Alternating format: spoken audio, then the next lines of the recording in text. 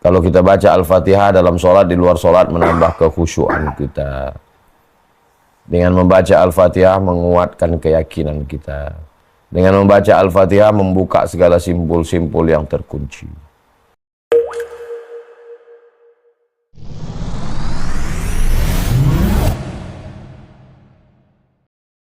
Pembahasan pertama tentang namanya. Namanya disebut dengan Al-Fatihah. Artinya pembuka. Karena ketika Al-Quran dibuka, dialah yang pembuka di awal. Al-Fatihah.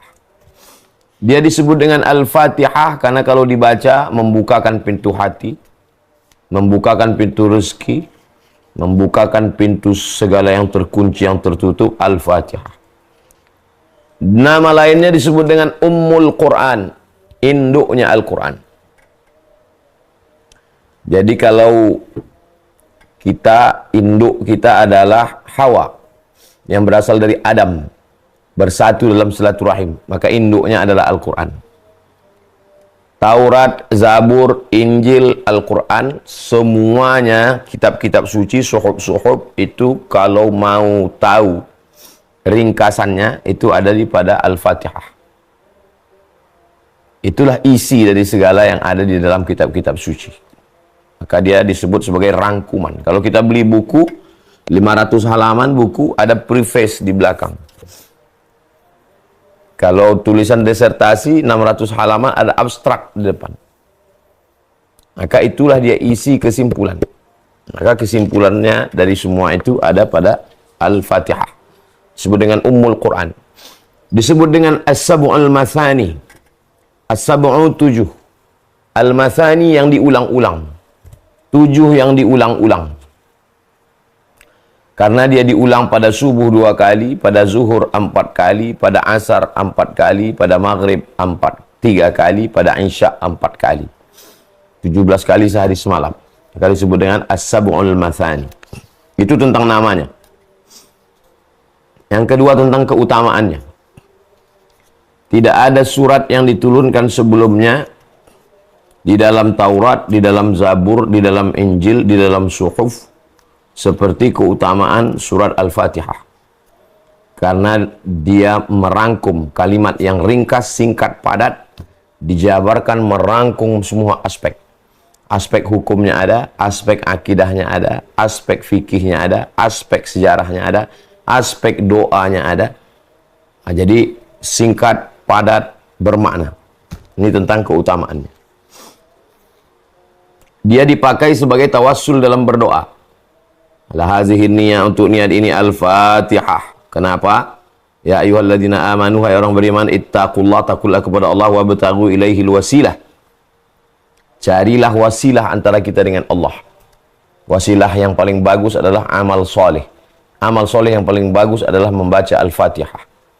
Berkat bacaan Al-Fatihah ini, murahkanlah rezeki kami. Berkat membaca Al-Fatihah ini, jadikanlah anak kami soleh-solehah. Berkat membaca Al-Fatihah ini, bukakan pintu hati kami. Ada seorang diminta mendoakan orang gila pada zaman Nabi SAW. Lalu dia mengulang bacaan Al-Fatihah. Ditahannya air liurnya. Dia mengulang bacaan Al-Fatihah. Lalu dia hembuskan kepada orang gila itu. Diberikan Allah kesembuhan. Mustajabnya Al-Fatihah. Di samping keikhlasan orangnya, kehebatan Al-Fatihahnya, dan pengaruh Al-Fatihah pada air. Al-Fatihah dibaca berpengaruh kepada air liur.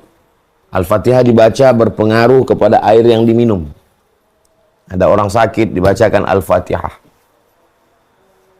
Dibacakan ke surat Al-Fatihah kepada air, diminumkan. Dimandikan, dibacakan surat Al-Fatihah ke telapak tangan, dihembuskan, diusapkan ke wajah, ke kepala, ke badan. Al-Fatihah, Qul huwallah 3 kali, Qul a'udzu falaq sekali, Qul a'udzu birabbin nas sekali, pangkal Al-Baqarah sampai wa ulaika humul muflihun, ayat kursi ujung Al-Baqarah. Solawat, mau tidur malam, ditiupkan ke telapak tangan, dihembuskan, diusapkan ke wajah, ke kepala, ke badan. Kalau ada orang yang sakit, kita bacakan, kita tiupkan. Riwayat tentang membacakan Al-Fatihah ke air dari Abdullah bin Abbas radhiyallahu anhuma. Amalan salaf. Riwayat bacaan Al-Fatihah diulang-ulang lalu berpengaruh kepada air liur, itu dilakukan oleh sahabat Nabi dalam hadis yang sahih. Tak disebutkan nama sahabatnya. Itu tentang fadilah, keutamaan. Pembahasan yang ketiga adalah Bismillahirrahmanirrahim. Bismillahirrahmanirrahim. Dalam mazhab Syafi'i ayat yang pertama. Mazhab Hanafi ayat yang pertama.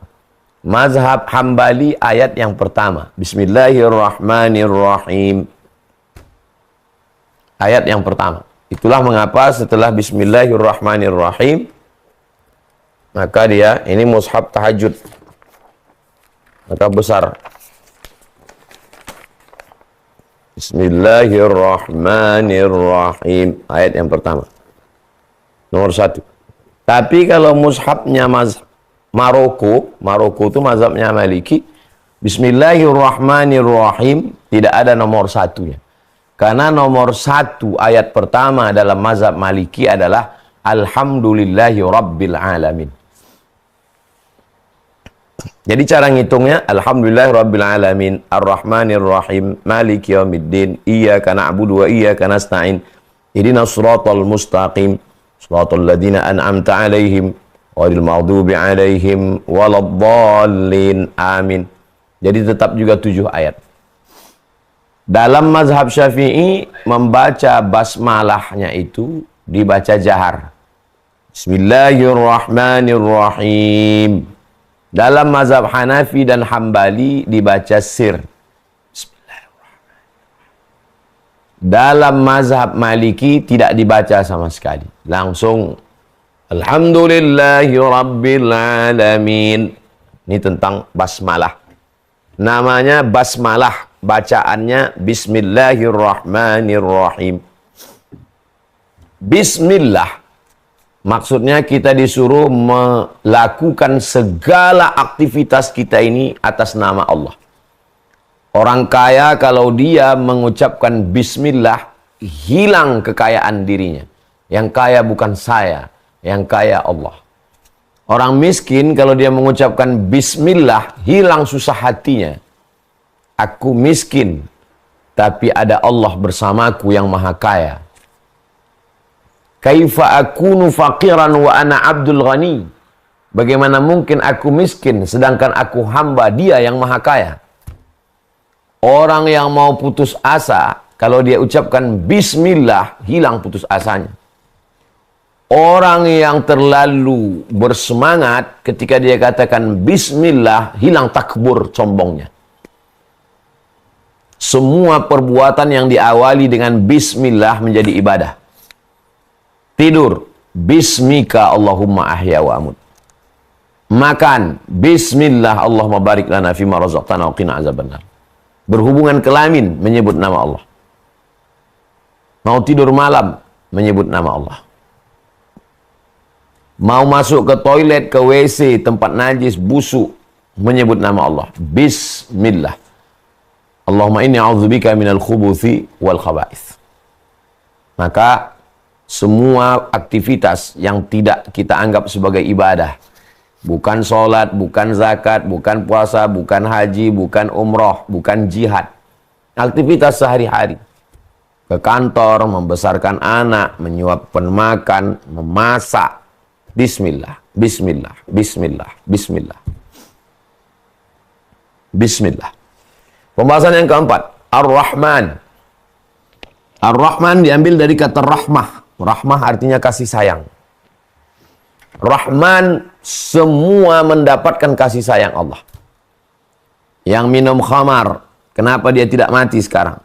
Karena dia masih dapat kasih sayang Allah. Yang musyrik, dapat kasih sayang Allah. Yang kafir, dapat kasih sayang Allah. Hewan, binatang, serangga, semua yang melata dapat. Kenapa? Ar-Rahman.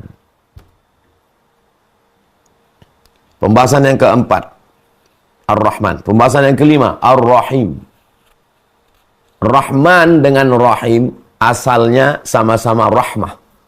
Akar katanya sama-sama 3 huruf. Mim. Rahima. Rahima yarhamu rahmatan rahimun marhumun. Orang yang mendapat rahmat marhum. Maka kita selalu menyebut almarhum. Atau rahimahullah. Atau Allah yarham. Di Malaysia selalu dipakai Allah yarham. Kalau menyebut nama ulama selalu disebut Al-Imam Syafi'i rahimahullah. Kalau masih hidup hafizahullah. Itu tradisi saja. Kalau ada orang hidup kita katakan rahimakumullah, tidak salah, baik, rahmat. Kita mau masuk masjid minta rahmat Allah. Allah maftah li abwaba rahmatik.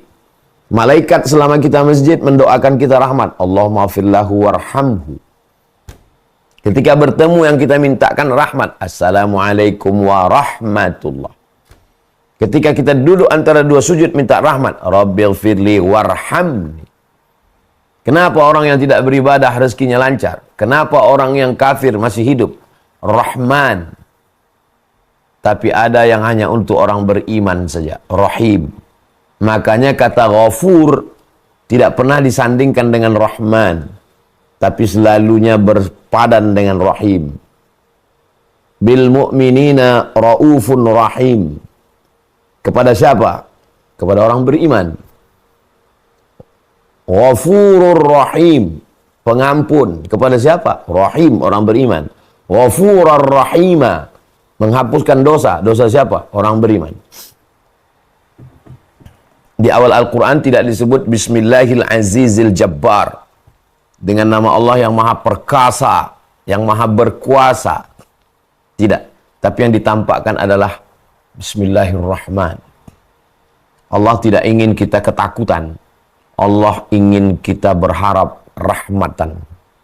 Dan kita diutus Allah wa ma arsalnaka illa rahmatan lil alamin. Orang yang berzina, minum khamar, mabuk, mencuri, membunuh, putus asa. Begitu dia buka Al-Quran, Bismillahirrahman. In the name of Allah, most gracious, most merciful. Dengan nama Allah yang maha pengasih, lagi maha penyayang. Kasih, sayang. Sama saja. Kasih ya kasih, sayang, sayang, kasih, sayang. Tapi dalam tafsir Rahman semua dapat. Macam orang punya ternak ayam, dia ambil beras pagi, dia serakkan. Ayam jahat, ayam baik dapat semua. Tapi kalau Rahim, itu yang dapat hanya yang baik-baik saja. Bismillahirrahmanirrahim. Pembahasan yang ke-6. Bismillahirrahmanirrahim. Alhamdulillah. Alhamdu, segala puji. Kita sholat dipuji orang. Tidak pun dipuji orang, merasa terpuji. Perbuatan setan adalah bagaimana orang tidak beramal. Jangan sholat, jangan sholat, jangan sholat, jangan taubat, jangan taubat, jangan hijrah, jangan ngaji. Kalau dia gagal pada langkah mencegah orang untuk ngaji, dia masuk ke step yang kedua, orang yang ngaji itu merasa terpuji. Abdul Somad dipuji, Datuk Seri Ulama Setia Negara, Profesor Dr. Abdul Somad, LCD, SA, PhD, Profesor, Kiai Haji. Maka alhamdulillah, segala puja-puji lillah, hanya milik Allah. Kalau engkau dipuji orang, itu hanyalah pinjaman. Kalau engkau dipuji orang, itu hanyalah secuil pujian yang dititipkan Allah. Kalau kau dipuji orang, bukan karena kau hebat, tapi karena Allah menutupi aib-aibmu. Maka, alhamdulillah. Subhanallah wa bihamdihi, subhanallahil azim. Maha suci Allah dengan pujian milik dia saja. Maka pujian-pujian hanya milik Allah. Raja-raja ketika dia dipuji, dia akan mengatakan, alhamdulillah. Orang kaya ketika dia dipuji, dia katakan, alhamdulillah, pujian ini bukan punya saya, punya Allah.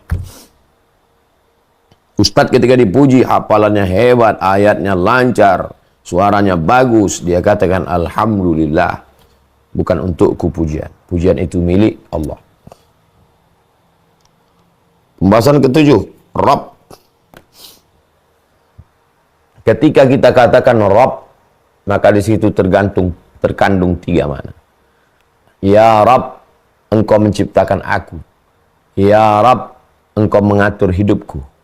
Ya Rabb, Engkau memberi aku rezeki.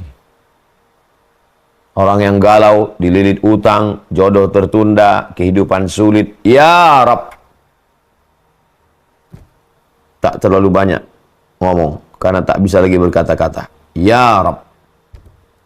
Engkau yang mencipta aku, Engkau yang memberi aku rezeki, Engkau yang mengatur hidupku. Ya Rabb. Alhamdulillahi Rabb. Rububiyah. Alhamdulillahi Rabb. Pembahasan ke-8. Al-alamin. Semesta alam. Alhamdulillahi Rabbil mu'minin. Tidak. Alhamdulillahi Rabbil muslimin. Tidak. Alhamdulillahi Rabbin nasi ajma'in. Tidak. Alhamdulillahi Rabbil alamin. Semesta alam. Apa itu yang dimaksud dengan alamin? Masih wallah. Semua yang selain Allah, ciptaan Allah. Jangan sampai tidak bisa membedakan mana khalik, mana makhluk. Mana abid, mana ma'bud.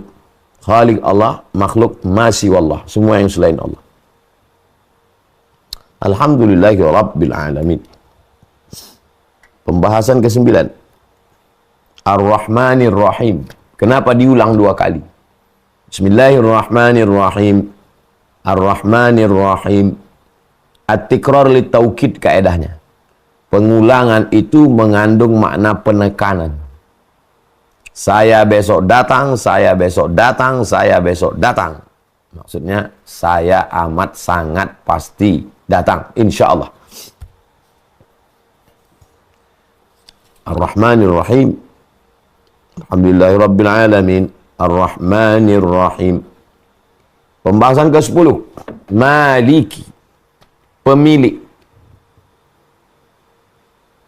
Penguasa. Kalau dibaca panjang pakai qiraat Hafs. Maliki Yaumiddin. Tapi kalau dibaca mengikut qiraat Warsh. Maliki Yaumiddin. Malik artinya raja. Al-Malik Abdul Aziz. King Abdul Aziz. Al-Malik, raja, penguasa. Malik, pemilik. Dialah pemilik. Malik. Yang membuat kekecewaan adalah rasa memiliki. Semakin besar rasa memiliki, semakin dalam kekecewaan. Maka orang yang mengerti hakikat Al-Fatihah, hilang kepemilikannya. Semua milik Allah. Bapak orang kaya, rumahnya mewah, duitnya banyak, jabatannya tinggi. Maliki.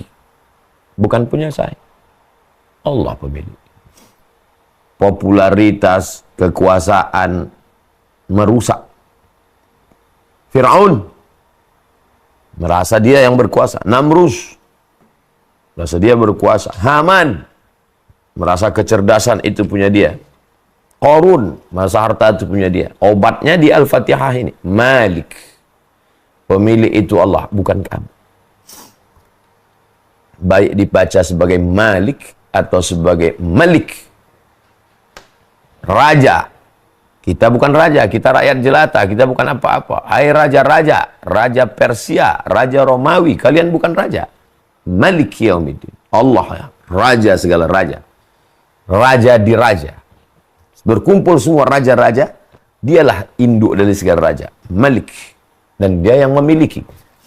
Kata raja, ini milik saya, wilayah kekuasaan saya. Jangan kamu menginjakkan kaki di sini. Kalau kamu injakkan kaki di sini, tentara saya akan memancung kepala kamu. Malik, dia pemilik. Malik, dan dialah rajanya. Pembahasan ke-11. Yaumiddin. Yaumiddin, hari akhirat, hari pembalasan, hari nanti ketika kita menghadap Allah Subhanahu wa ta'ala. Bagaimana seandainya akhirat itu tidak ada? Hei orang-orang yang sholat, orang-orang yang puasa, orang-orang yang pakai jilbab, orang-orang yang takut sama Tuhan. Bagaimana nanti kalau seandainya kita mati dan ternyata akhirat itu tidak ada, surga itu tidak ada, neraka itu tidak ada? Betapa menyedihkannya kalian. Nggak mabuk, nggak zina, nggak sakau, nggak judi online. Waduh, kalian sudah meninggalkan kenikmatan. Gimana kalau ternyata akhirat itu nggak ada? Ditanyakan pertanyaan itu kepada Syekh Ahmad Didat. Syekh Ahmad Didat, bagaimana kalau nanti ternyata akhirat itu tidak ada dan Tuhan tidak ada, surga tidak ada? Syekh Ahmad Didat tersenyum menjawab, kekecewaan saya tidak lebih dahsyat daripada kekecewaanmu kalau ternyata nanti neraka itu ada.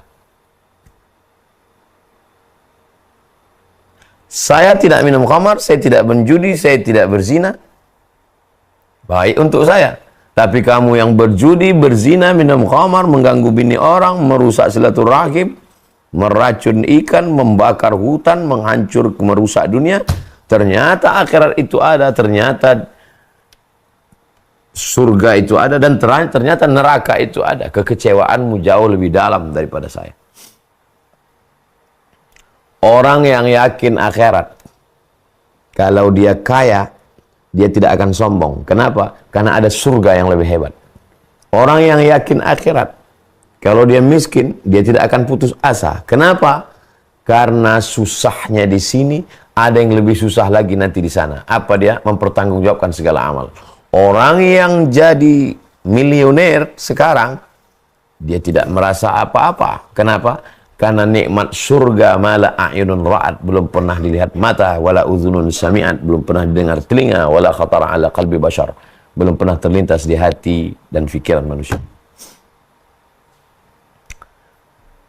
Orang yang melepuh kulit tangannya, terbakar kulitnya untuk mencari gaji satu hari 50.000. Setelah bekerja 1 bulan hanya mendapatkan 1.500.000. Lalu kemudian gajinya itu diambil oleh mandornya, dipotong, disunat. Potong itu, potong ini. Ini gaji kamu. Kalau mau ambil, nggak mau, nggak usah. Dia tersenyum. Kenapa dia tersenyum? Ada akhirat. Akhirat membuat orang tidak putus asa. Dengan meyakini akhirat, orang menjadi kuat. Kenapa orang bisa stres, depresi, bipolar, putus asa, bunuh diri? Karena menganggap dunia inilah segalanya. Kalau dia kaya, dia akan mabuk semabuknya, berzina sezina-zinanya, karena dia anggap inilah kenikmatan yang paling besar. Dan kalau dia kecewa, gagal, dia akan stres, depresi. Orang beriman, kalau dia berhasil, ini hanya baru DP-nya saja. Malik Yaumiddin, nanti di akhirat lebih hebat, lebih dahsyat. Malik Yaumiddin. 9. 12. Iyyaka na'budu. Iyyaka na'budu. Kepada engkau kami menyembah. Beribadah kami hanya kepada engkau. Kami tidak beribadah kepada pohon kayu, tidak beribadah kepada lembu, tidak beribadah kepada batu, tidak beribadah kepada hantu, tidak beribadah kepada kamu. Iyyaka na'budu. Kami hanya beribadah kepada Allah. Kami menghambakan diri kami mengabdikan diri kami. Na'budu diambil dari kata ain badal abdun. Abdun artinya hamba. Kalau hamba pasti ada tuannya. Kalau saya seorang hamba, saya punya anak saya milik tuan saya. Kalau saya seorang hamba, saya bekerja, saya dapat gaji saya milik tuan saya. Kalau saya seorang hamba, maka seluruh diri saya milik tuan saya, sampai saya menebus diri saya. Penghambaan dalam Islam dihilangkan secara perlahan. Akhrajan nasa min ibadatil, manusia dikeluarkan dari menyembah manusia kepada menyembah Rabbil Ibad, Rabbnya para hamba. Sebelumnya orang menyembah manusia, orang kaya disembah, orang sakti disembah. Setelah Islam datang, mengeluarkan manusia dari penyembahan kepada manusia, menyembah kepada Rabb yang menciptakan manusia. Iyyaka na'budu. 13. Wa iyyaka nasta'in. Kepada Engkau juga kami minta tolong. Hidup ini penuh dengan kesulitan. Hidup ini seperti berlayar di atas samudra yang luas, kaki tidak menginjak ke bawah, langit tak berpegang. Ombaknya kencang, angin puting beliung, karangnya tajam. Kemana meminta? Nasta'in. Kami hanya minta tolong kepadamu. Kenapa disandingkan antara ibadah dengan minta tolong? Sebab ada orang yang beribadah kepada Allah, tapi minta tolongnya kepada selain Allah. Beribadahnya kepada Allah, mintanya kepada dukun. Beribadah kepada Allah, mintanya kepada pohon kayu. Beribadah kepada Allah, mintanya kepada sungai. Maka mesti connect. Iyyaka na'budu wa iyyaka nasta'in. 14. Ihdina, beri kami hidayah. Saya akan melakukan perjalanan keluar dari kota Pekanbaru menuju Sumatera Barat. Sampai di jembatan Rantau Berangin, saya melihat ada pamflet sebelah kiri Payakumbuh, Sumatera Barat, sebelah kanan Rokan Hulu, terus ke Dalu-Dalu, terus ke Sumatera Utara. Maka pamflet itu adalah hidayah. Karena dialah yang menunjukkan saya mau ke Sumatera Utara atau mau ke Sumatera Barat. Atau mau pulang ke Riau. Maka ihdina, beri kami hidayah. Beri kami petunjuk. Tengah malam gelap gulita, tak tahu mana utara, selatan, tenggara, timur, barat, daya. Lalu kemudian melihat bintang. Oh, maka bintang itu adalah hidayah. Dia penunjuk jalan. Ihdina, beri kami hidayah. Mudah-mudahan dia dapat hidayah. Kita kan sudah Islam. Kenapa kita minta hidayah? Kita bukan non-muslim. Kita orang Islam. Kenapa kita minta hidayah? Hidayah ada dua. Hidayah sebelum Islam menjadi Islam. Asyhadu an la ilaha illallah wa asyhadu anna Muhammadar Rasulullah. Hidayah yang kedua, istiqamah dalam Islam. Jadi yang kita mintakan itu apa? Ihdinas siratal mustaqim. Hidayah kita sudah dapat. Hidayah la ilaha illallah sudah dapat. Hidayah bernabi kepada Nabi Muhammad SAW sudah dapat. Lalu hidayah apa? Hidayah istiqamah dalam Islam. Pagi, ihdinas siratal mustaqim. Siang, ihdinas siratal mustaqim. Petang, ihdinas siratal mustaqim. Tenggelam matahari, ihdinas siratal mustaqim. Sempurna gelap malam, ihdinas siratal mustaqim. Sepertiga malam tahajud, ihdinas siratal mustaqim. Jangan sampai putus daripada hidayah Allah Subhanahu wa taala. Ihdinas siratal mustaqim. 15. As-siratal mustaqim, jalan yang lurus. Jalan yang lurus itu maknanya Islam.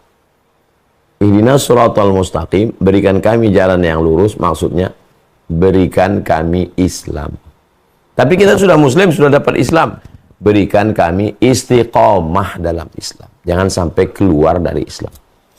Itu mana siratal mustaqim. Tapi katanya nanti di akhirat ada sirat. Hadisnya sahih. Tentang sirat. Nanti orang akan melewatinya. Ada yang lewat seperti kilat. Ada yang lewat seperti kuda yang kencang. Hadisnya ada dalam Sahih Bukhari. Bahwa itu juga maksudnya ketika melewati siratal mustaqim, maka mudahkanlah kami. Ihdinas siratal mustaqim. Kalau kita istiqomah dalam Islam, insya Allah mudahlah kita melewati titian siratal mustaqim. 16. Apa itu siratal mustaqim? Dijelaskan. Siratal ladzina an'amta alaihim. Jalan yang sudah engkau berikan kepada mereka. Jalan yang sudah kau berikan kepada mereka. Mereka itu siapa? 4 golongan. Minan nabiyyin, was-siddiqin, was-syuhada, was-salihin. nabiyyin, nabi-nabi, siddiqin, orang yang benar, syuhada, orang yang mati syahid, salihin, orang-orang yang soleh. Berikanlah kami jalan. Jalan yang mana? Jalan yang sudah kau berikan kepada nabi-nabi, siddiqin, syuhada, salihin. Jalan apa itu? Jalan Islam. Jalan yang kita minta adalah jalan Islam. Tidak ada kontradiktif antara siratal mustaqim Islam dengan siratal mustaqim nanti di akhirat melewati sirat. Malah itu ada korelasi yang sangat ketat.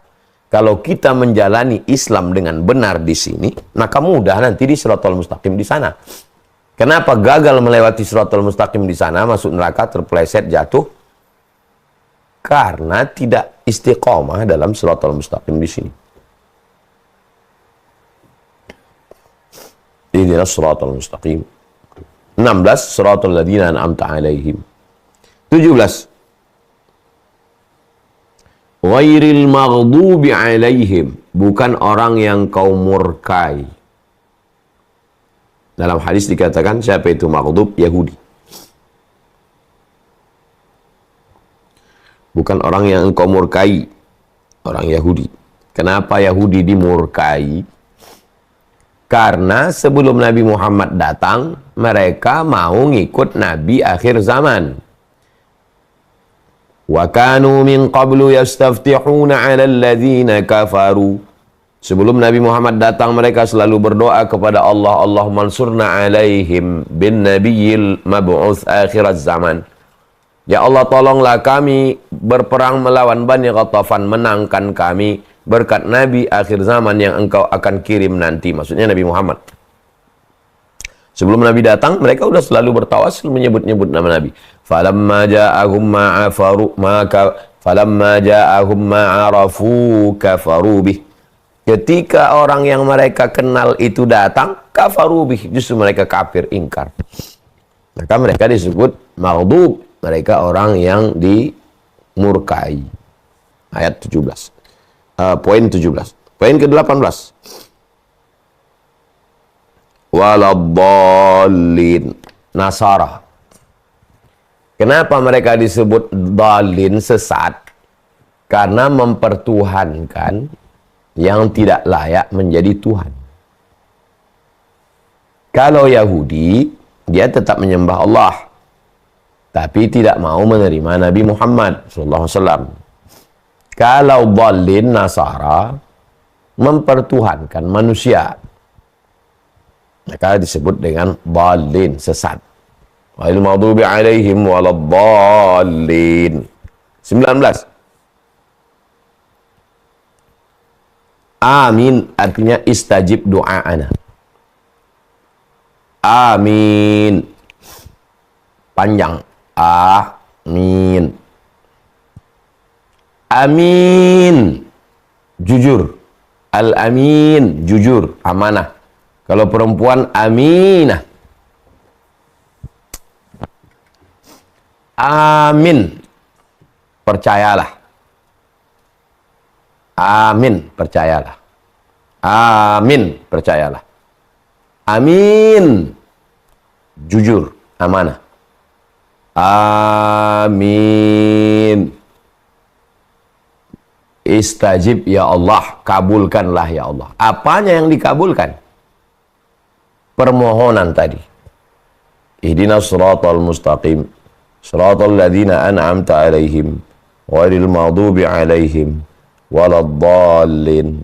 Amin. 20. Membaca Al-Fatihah berdialog dengan Allah. Alhamdulillahi Rabbil Alamin. Segala puji hanya milik Allah. Aku tak layak dipuji. Pujian hanya milikmu ya Allah. Apa kata Allah? Hamidani abdi, hambaku memuji aku. Ar-Rahmanir Rahim. Engkau maha pengasih dan maha penyayang. Apa kata Allah? Asna alayya abdi. Hambaku sedang menyanjung, melambung, mengagungkan aku. Maliki yaumiddin. Apa kata Allah? Azzamani abdi, hambaku sedang menta'zim, mengagungkan, memuliakan aku. Iyyaka na'budu wa iyyaka nasta'in. Apa jawab Allah? Sa'alani abdi wa lahu ma sa'al. Dia meminta kepada aku, maka aku akan berikan apa yang dia minta. Shiratal ladzina an'amta 'alaihim ghairil maghdubi 'alaihim waladdallin. Amin. Siapa yang aminnya serentak dengan amin malaikat, ghufira lahu ma taqaddama min dzambih, diampunkan Allah dosa-dosanya yang lalu. Maka kita mengucapkan serentak dengan suara yang keras, amin. Kabulkanlah ya Allah. Itulah 20 poin yang kita bahas pada kesempatan ini. Mudah-mudahan kalau kita baca Al-Fatihah dalam sholat, di luar sholat, menambah kekhusyuan kita. Dengan membaca Al-Fatihah menguatkan keyakinan kita. Dengan membaca Al-Fatihah membuka segala simpul-simpul yang terkunci.